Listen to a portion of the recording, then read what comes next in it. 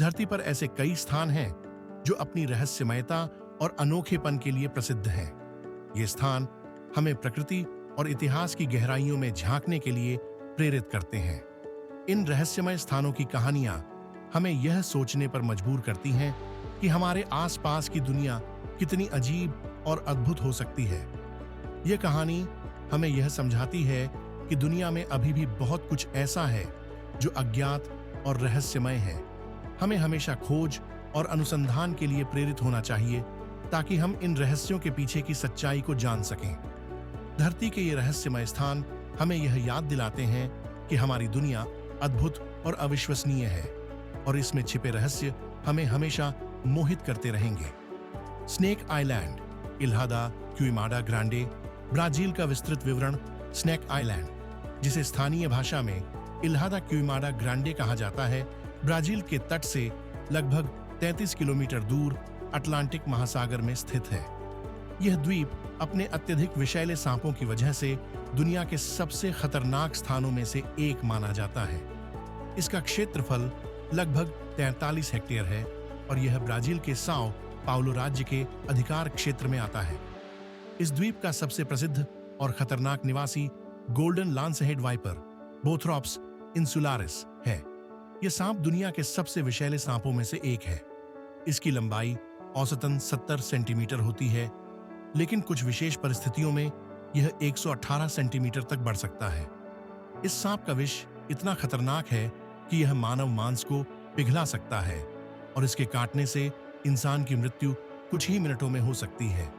Golden लांसहेड wiper केवल इसी द्वीप पर पाया जाता है, जिससे यह प्रजाति और भी महत्वपूर्ण और अध्ययन के लिए अनूठी बन जाती है। स्नेक आइलैंड का इतिहास भी काफी रोचक और डरावना है। पुराने समय में इस द्वीप पर मानव बस्तियां बसाने के प्रयास किए गए थे। 1909 में ब्राजीलियाई सरकार ने यहां एक लाइट हाउस का निर्माण किया था ताकि नौकाओं को तट के खतरों से बचाया जा सके। यह लाइट हाउस अब स्वचालित है और ब्राजीलियाई नौसेना द्वारा नियंत्रित किया जाता है। स्थानीय किंवदंतियों के अनुसार लाइट हाउस के रक्षक और उनका परिवार सांपों के हमले का शिकार हो गए थे, जिससे यह द्वीप और भी खतरनाक माना जाने लगा। स्नेक आइलैंड पर आम जनता का प्रवेश सख्ती से निषेध है। ब्राजीलियाई सरकार ने यहां आने पर प्रतिबंध लगा रखा है ताकि लोगों की सुरक्षा सुनिश्चित की जा सके और द्वीप की जैव विविधता की रक्षा की जा सके। केवल विशेष अनुसंधानकर्ताओं, वैज्ञानिकों और ब्राजीलियाई नौसेना को ही यहां आने की अनुमति है, वह भी कड़े सुरक्षा उपायों के साथ। यहां आने वाले वैज्ञानिक खास सुरक्षा उपकरण और मेडिकल सुविधा के साथ आते हैं ताकि किसी भी आपात स्थिति से निपटा जा सके। स्नेक आइलैंड की जैव विविधता अद्वितीय है। गोल्डन लांसहेड वाइपर के अलावा यहां कई अन्य प्रजातियां भी पाई जाती हैं जो कहीं और नहीं मिलती।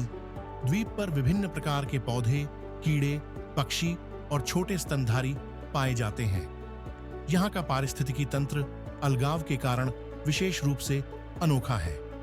इस द्वीप के वनस्पति और जीव जंतु अपनी विशिष्टता के कारण वैज्ञानिकों के लिए अध्ययन के महत्वपूर्ण विषय हैं। स्नेक आइलैंड की जैव विविधता को बचाने के लिए ब्राजीलियाई सरकार और कई वैज्ञानिक संस्थान मिलकर काम कर रहे हैं।